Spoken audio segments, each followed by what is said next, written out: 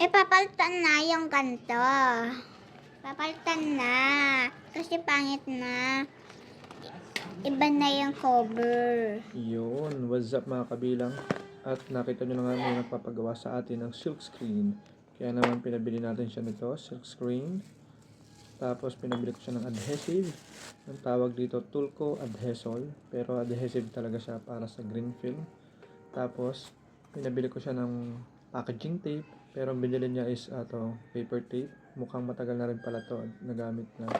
Tapos pinabili ko siya ng green film. Meron din namang red nito. So ayan, binakat ko na yung dati. Kasi lumang-luma na at baradong-barado na. Kung mapapansin nyo naman, mukhang napakadami ng pinagdaanan nito. Baka hindi na lang to 10 years. Yan, ito dati nakadikit kulay pula. At ayan na, nabakat ko na. Ngayon naman magkakat tayo. Usually yung ginagamit ko talaga dito yung cutter na ginawa ng aking tatay na gawa sa lagaring bakal. So hindi ko pa makita, tinatamad ako magkalkal. Kaya ang gagamitin ko na lang itong malaki. So ukiti lang naman to. Pag na-ukit to ng mano-mano, titiklapin natin yan. Siyempre tatanggalin natin kung ano talaga dapat yung ipiprint lang natin. Hindi ka pwedeng magkamali dito kasi pag nagkamali ka, sayang yung green film, mag-uulit ka na naman. At ayan, puputuli lang naman natin yan.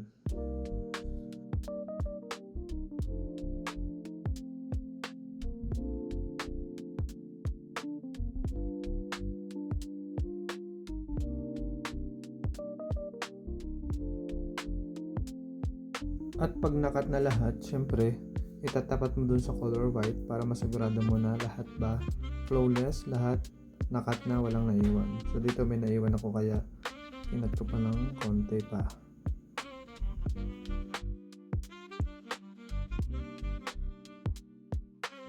Next naman, papalitan na natin ng screen.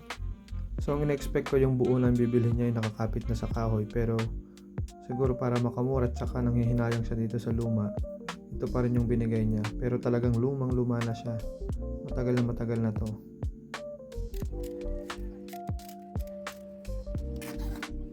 Bale, hindi nyo naman kailangan gawin to kung bibili lang kayo sa National o sa mga bookstore ng buo na. Sa mga tataka ng damit meron nun. Sa mga supplies, ng mga printing supplies, meron din dito. Pero kung magsisimula kayo sa kahoy, kayo mismo yung bubuo. Siyempre kailangan nyo din gawin ito. Bibili kayo lang ng tela na screen. Tapos kailangan nyo itong paper tape na to. Kailangan nyo gamitin bukod dun sa packaging tape na sinabi ko. Papakita natin mamaya paano ba gamitin yung tape na yan. Talagang lumang-luma na siya. Ang dami niyang unos. Tapos ang dami ng tacker. Baligtaran na yung mga tacker niya. Yan o. Ang daming tacker dito. Tapos sa kabilang side, napakadami na rin tacker. At ang dami ng mancha ng pintura. At talagang inuunos siya, nasisira na siya ng hayop o insekto. Unos ang tawag sa amin doon, yung parang anay. Pero maliliit siya. Hello! Hi!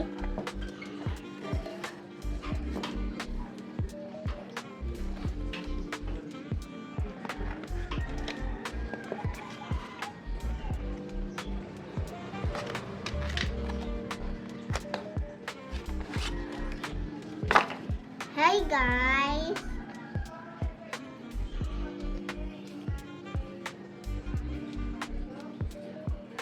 Maggagawa tayo ng canvas.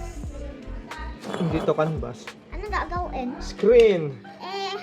Bakit ganyan? Mukhang canvas na Yeah. lagay.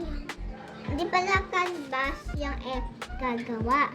Screen.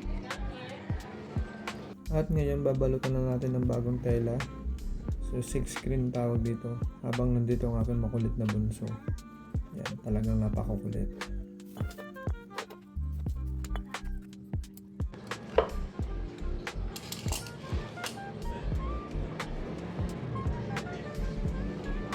When you want it, take it. Ding.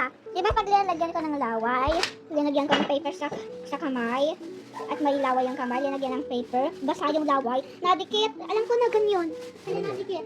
Pag nababasa to. Nadikit.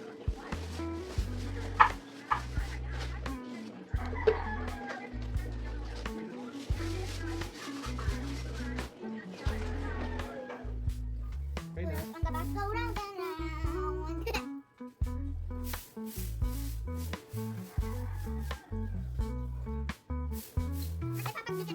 At syempre, pag natapos na, magdidikit na tayo ng film. Kukunin natin ang ating green film na ginawa. Just make sure na walang bara, walang dumi, kahit ano, lalo na dun sa ating butas. Kailangan wala siyang harang, walang kahit ano. Good. Paling. At dito na papasok ang ating film adhesive. Gagamitin na natin yan. Gamit tayo nito. Gagamit ito. Ano ito tata?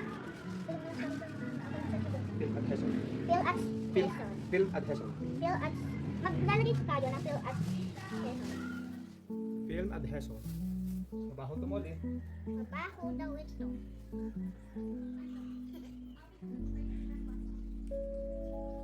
Kailangan natin ng basahan.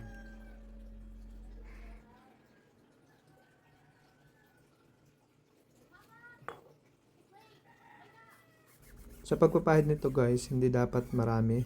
Kailangan katamtaman lang. Control mo yung kamay mo, huwag mong sobrang didiinan. Kasi natutunaw yung green film or yung red film. Kaya niyang tunawin yan. Masisira yung ating ginawa at pinaghirapan.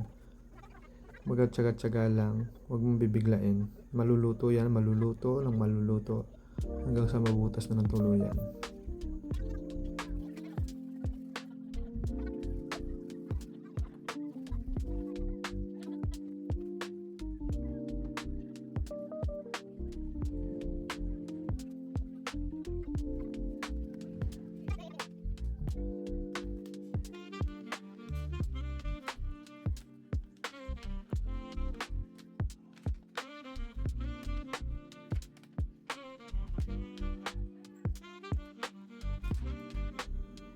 At natanggal na nga natin at meron tayong konting problema. Tulad ng sinabi ko, naluluto masyado. Merong mga nasira, masyadong natunaw. Yan, nagkabutas-butas. Pero madali naman tong solusyonan. Kung kita nyo man, yan, may mga bungi. Yan. Kailangan lang natin dito is Q-Tix. Yan. Kahit anong Q-Tix, basta yung madaling matuyo, tumitigas. Bali, babarahan mo yung lahat ng nabutas. Kailangan mo lang lagyan ito. Pero syempre maingat ka dapat para pantay na pantay. Kung may malit kang brush, mas magandang gamit mo yung malit na brush.